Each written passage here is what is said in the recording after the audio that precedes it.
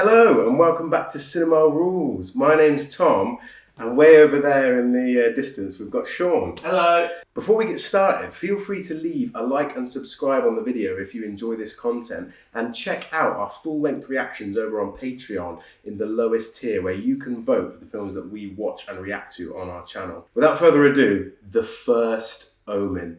This film is the feature-length directorial debut from Arkashar Stevenson, an up-and-coming director, a 20th Century Studios film. I had two reservations going into this film about what it would be like. One of them is that this is a horror legacy prequel film, obviously a spin-off of the original Omen from the 1970s with Gregory Peck. We've had enough legacy films. Yeah, that's the problem, Sean. That's the problem. I'm thinking, is this going to be, a cash grab film? Is there going to be any soul or heart to this film? Is it a story that will have any weight to it? Or is it going to be kind of a soulless, cliche, typical horror that kind of undermines the original film a little bit? I mean, we've had Halloween, we've had Scream, recently The Exorcist. Now, you saw The Exorcist, Believer, didn't you? Oh, you didn't see it? Oh, we'll have to react to it on the channel. I watched the original in the cinema, which is far better. But we haven't seen it. But that film didn't get great reviews. So I was thinking, The Exorcist, they've made a legacy sequel for that. Now it's The Omen. And it doesn't... The Omen, the original film, we loved it when we watched it. It was a great film. But it's not a film that you think franchise when you watch it. When you hear of it, is it? But there are 5 films. 5? There are 5. What, including this one? We've not including this one. Oh. We watched the first 2 on the channel and reacted to the first 2. Then there's The Omen, the final chapter, The Omen 4, and they did a remake of the original as well. And there's a TV series. So it's like, how much is there left to tell about this story? And when I heard that it was a prequel as well, it's like, sometimes prequels work, but other times you just want the mystery to be left alone, and you want to have that mystery when you're watching the original film about where this comes from, what the lore is. Go on, Sean. I have a question. The Omen's about a child. Yeah. If it's a prequel, surely he's not. So it's not a spoiler alert to say, so no spoilers in this review, but it's not a spoiler alert to say that this film centres around the conception of the child. So it's a porno? No. But, right, let me address my fears first of all. Because I thought, it's a prequel, it's a legacy film, is it going to have any heart or soul? This film was pleasantly surprising. I actually really quite enjoyed it. There are a few things that I really enjoyed about it, but the first one is it keeps that suspense, it keeps that atmospheric tension, and it keeps the almost like agonizingly slow pace of the original film.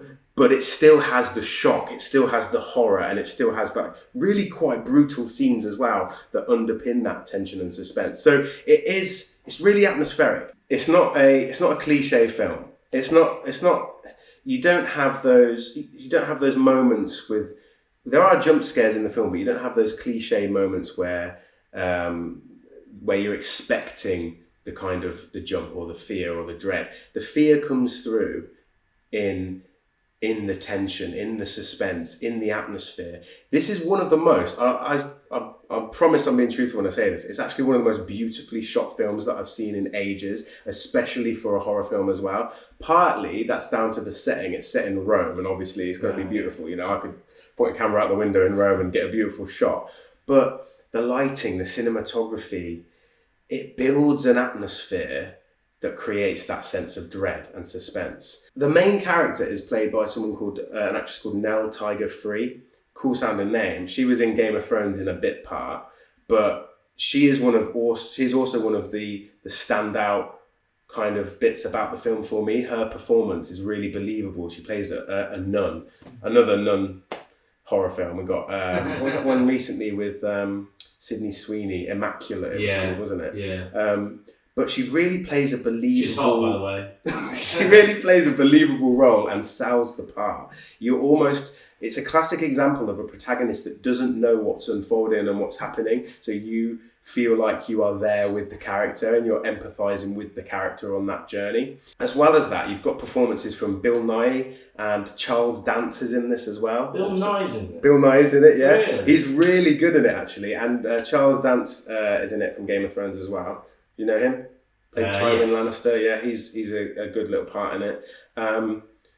So the performances are great.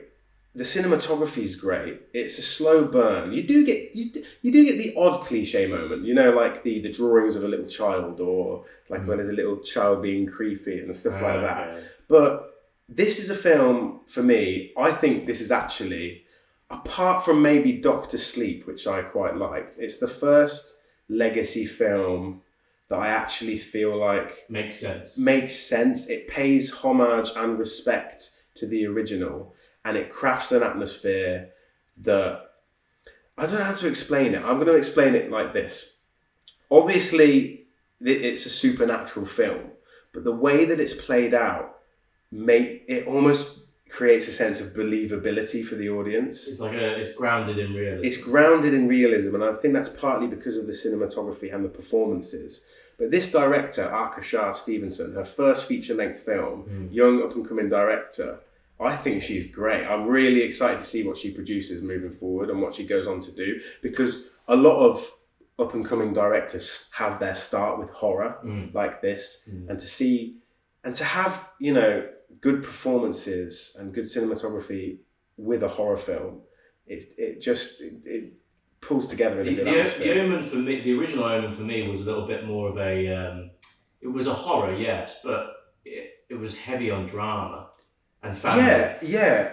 And the family aspect's a little bit different here because the characters are different. Yeah. This is set in like the Vatican, or this is set in Rome, so you've got religious characters at the heart of it. But there is a guy in this film, and his performance is amazing. It's called Ralph Ineson, and he was the father in the horror film The Witch, if you remember that. Oh, yeah. Yeah, and he gives a great performance, like as a priest that is kind of clued into some kind of conspiracy under the surface that's happening.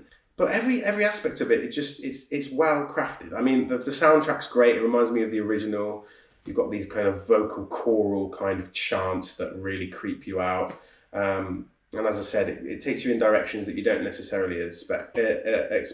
Fresh is probably the right word for it. Go on. Is the story that was told worthy? Was there a point to the story? Was it just a throwaway story? Or did it make sense in the world of The Omen? Was it a story worth telling? So, I have seen a few complaints that it counteracts something that happens in either the first Omen or the second one about the origin of Damien, who's like the Antichrist, right? But I think as an audience, you can push yourself past that and believe the origins that happen in this film instead, because it's supernatural, isn't it? Depends what you prefer. Yeah, it's a conspiracy. The whole idea is that it could be quite different. And there is a surprise as well.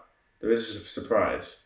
You might want to cut that out, because it's a little bit of a spoiler. Not necessarily. Yeah, I guess you could call it a twist. There are a few twists. It like I said, it goes in different directions. And in the end of the day, the film still leads into The Omen, right? So you don't need to watch this film. No. If you really love and enjoy the first original Omen, and you like to keep that sense of mystery about the origins and so on, and that keeps the thrills for you, then that's fine. But for me, I'm never one of these people that says a prequel or a sequel ruins the original for them. You still have the original there, and it's all its well-crafted kind of glory.